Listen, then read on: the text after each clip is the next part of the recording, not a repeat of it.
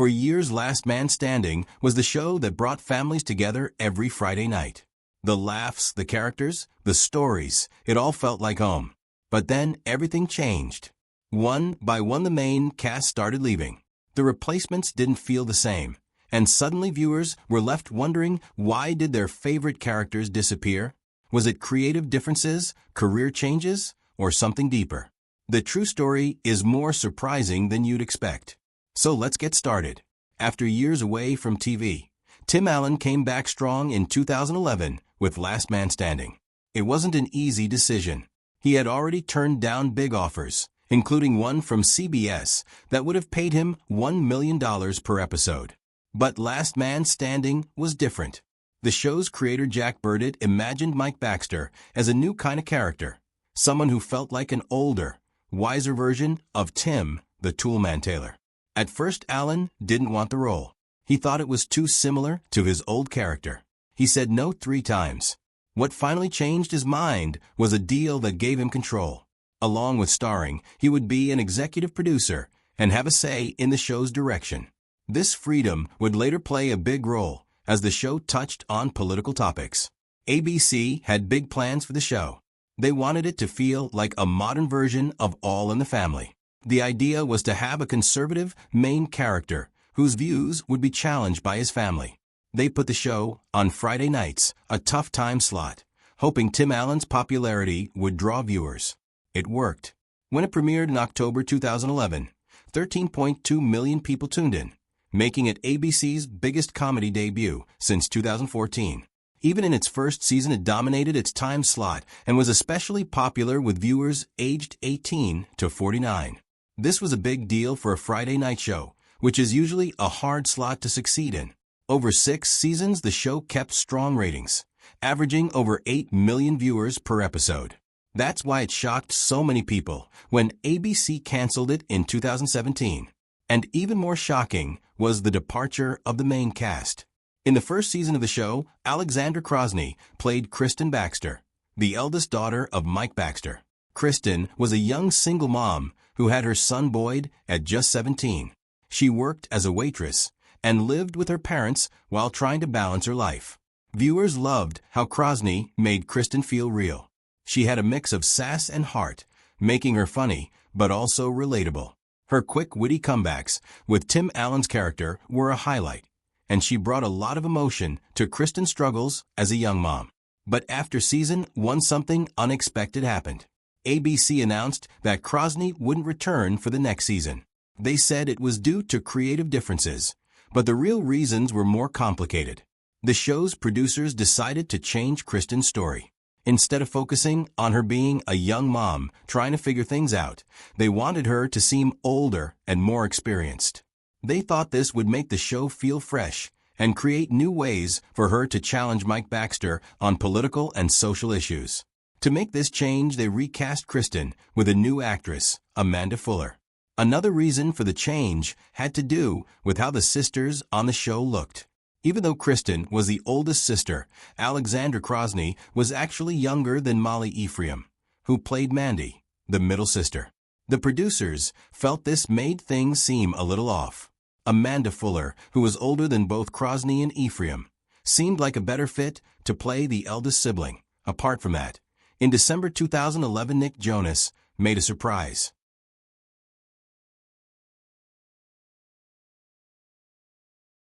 appearance on Last Man Standing as Ryan Vogelson, Kristen's ex-boyfriend and the father of her baby.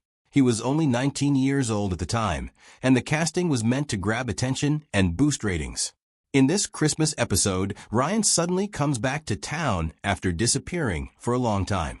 He was shown as a nervous and immature teenager who ran away from his responsibilities. The show described him as a numbskull who got Kristen pregnant. Jonas's version of Ryan was simple and not very developed, but his appearance caused quite a buzz among viewers. Things changed when Tim Doyle became the showrunner in Season 2. He wanted Ryan to be more than just a deadbeat dad. Doyle decided to turn Ryan into a smarter, more complex character who could challenge Mike Baxter's strong conservative views.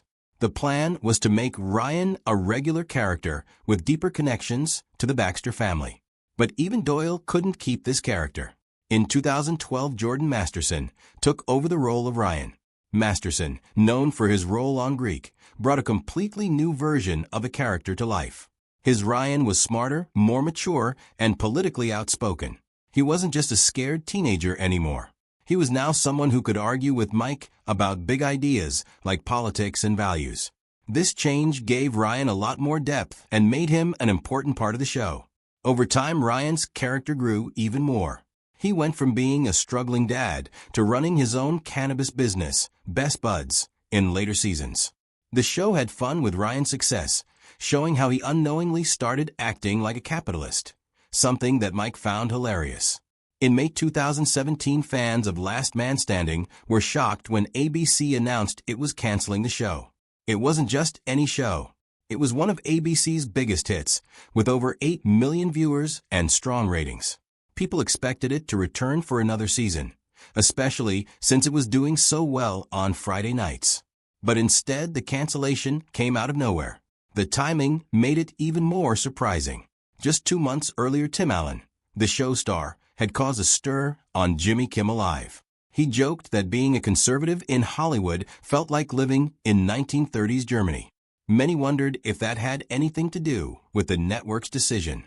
ABC's President Channing Dungey said it wasn't about politics. She claimed the network wanted to stop airing comedies on Fridays and focus on fantasy and sci-fi shows instead. But for fans and even the cast, it felt like a slap in the face. The cast didn't hide their emotions. Tim Allen went on Twitter and said he felt stunned and blindsided by the cancellation. Nancy Travis, who played his TV wife Vanessa, shared her heartbreak with fans and thanked them for sticking by the show. Hector Elizondo, who played Ed, hinted in an interview that politics might have played a role in the decision.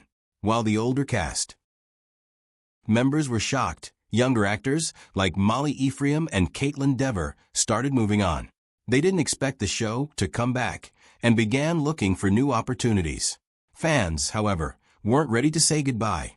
They started one of the biggest Save the Show campaigns ever seen. Within a day, a petition to bring the show back got over 400,000 signatures. Fans took to Twitter, flooding it with millions of tweets using the hashtag #SaveLastManStanding. Some even sent toy tools to ABC's offices, referencing Tim Allen's handyman character. Others paid for billboards in big cities like Los Angeles and New York, demanding the network bring the show back. Even politicians joined in, with Wisconsin Governor Scott Walker suggesting the cancellation might have been politically motivated. Behind the scenes, the reasons for the cancellation were a little more complicated. ABC had to pay $3 million for each episode because the show was made by 20th Century Fox.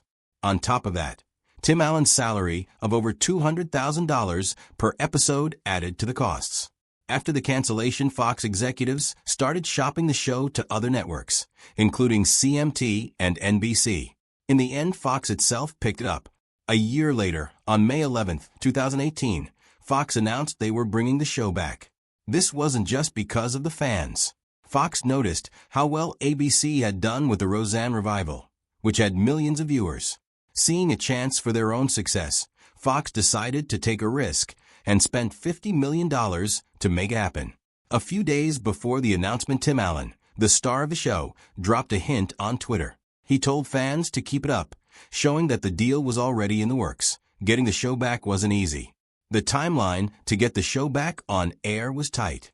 Fox announced the revival in May 2018, and the premiere was set for September. This gave the team just a few months to write, film, and prepare. The writers started working on scripts in June, with only 15 weeks to get them ready. Filming began in August at the same studio as before, but the set had to be rebuilt because the original one had been taken apart. To meet the deadlines, they filmed 3 episodes every week. Later, the COVID-19 pandemic caused a pause in production, adding more challenges. Fox spent more money on the revival to keep the show at its best. Each episode cost $1.1 million, up from $800,000 before. Tim Allen's pay went up too. He earned $235,000 per episode, making him one of the highest paid actors on TV. To help cover costs, Fox sold streaming rights to Hulu and CMT for $1.5 million per episode. The production team also found ways to save money, like filming more efficiently and cutting back on travel for location shoots. All this effort paid off. The show's first season on Fox brought in 8 million viewers, with the premiere alone getting strong ratings. Fans showed they were still excited to have the Baxter family back on their screens. But the challenges were not over yet. And one of the main challenges was casting new names, because when ABC canceled Last Man Standing in 2017, Molly Ephraim, who played Mandy Baxter for 6 seasons, thought the show was done forever. She didn't wait around. She signed up for new jobs right away. By the time Fox brought the show back a year later, Molly was already busy. She had taken roles in different projects like Brockmire with Hank Azaria and Halt and Catch Fire. Molly couldn't leave these commitments, so coming back as Mandy wasn't an option. When it came to replacing Molly as Mandy, the producers of Last Man Standing didn't want a look-alike. They wanted someone who could bring something new to the role. After searching for the right fit, they chose Molly McCook. She didn't look like Ephraim at all, but the team decided to embrace the differences. They even made jokes about it on the show, instead of trying to hide the change. When McCook first appeared as Mandy in Season 7, fans were upset. They started the hashtag #NotMyMandy to complain. But McCook didn't let that stop her. Instead of copying Ephraim's version, she made Mandy her own. She focused on the character's love for fashion and her dream of becoming a designer. The writers gave her more serious storylines, like Mandy's struggle with pregnancy and her relationship with Kyle. Over time, fans began to warm up to her, especially after her emotional scenes with Tim Allen, who played Mandy's father Mike. By then, McCook had proven she could bring something special to the character. But Molly Ephraim was not the only one who moved on. Caitlin Dever also had the same kind of situation. After the first cancellation of the show, she made a bold decision to shift her focus to films. This led to her breakout role in Kathryn Bigelow's Detroit, a critical turning point in her career. From there, her success snowballed. Within 18 months, she landed major roles in Booksmart 2019, where she starred alongside Beanie Feldstein, and the Netflix miniseries Unbelievable. These projects catapulted her into the spotlight. Her role in Unbelievable was especially significant, earning her Golden Globe and BAFTA nominations. Meanwhile, Booksmart became a hit with glowing reviews and a $25 million box office haul. Her decision to pursue new opportunities turned out to be the best gamble she could have taken. When Fox revived Last Man Standing, things became more complicated. Dever was no longer able to commit as a full-time cast member. She transitioned from a series regular to a recurring guest star, appearing in 7 episodes of Season 7. However, by Season 8 her appearances dropped to just 2 episodes.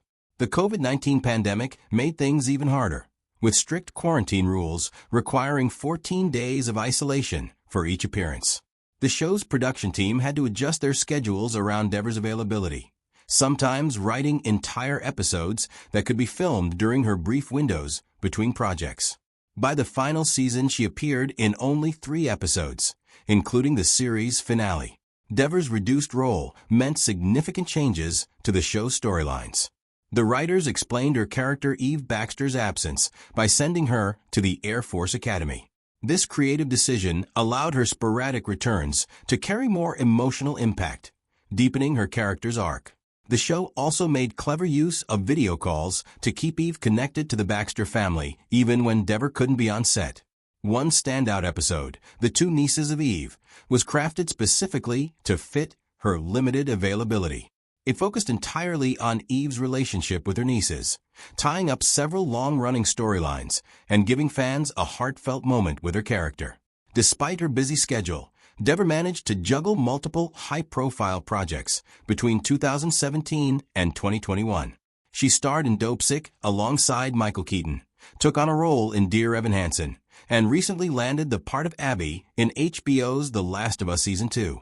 Her commitments were so demanding that Last Man Standing had to abandon plans for 2 of her episodes in Season 8 due to scheduling conflicts. Still, Dever remained loyal to the show that helped launch her career. In May 2020, Fox announced that Last Man Standing would end with its ninth season, even though it was still very popular. The show averaged 8.3 million viewers per episode, making it Fox's second highest-rated comedy. Fans were surprised because the show had strong ratings and loyal viewers. Producer Kevin Abbott shared that they had already started planning for a 10th season. One big idea was to have Amanda Fuller's character Kristen take over. Over the years, Last Man Standing went through major cast changes, unexpected cancellations, a dramatic revival, and constant production challenges. Yet it managed to remain one of television's most successful family sitcoms. From Alexander Krosny being replaced by Amanda Fuller, to Nick Jonas handing the role of Ryan over to Jordan Masterson, and from Molly Ephraim moving on to new projects, to Molly McCook winning fans over with her own version of Mandy. Every change reshaped the series in a different way. Caitlin Dever's growing Hollywood career also meant that Eve Baxter appeared less often, forcing the writers to creatively adjust the show's storylines while still keeping her connected to the Baxter family. Despite all these obstacles, including ABC's shocking cancellation, the massive fan campaign that helped bring the series back on Fox, rising production costs, scheduling conflicts, and even the COVID-19 pandemic, the show continued to attract millions of loyal viewers. By the time Fox announced that Last Man Standing would end after its ninth season, the sitcom had already secured its place as one of the most memorable family comedies of its era. Its lasting popularity proved that audiences remained invested in the Baxter family until the very end, making the show's journey one of the most remarkable comeback stories in modern television.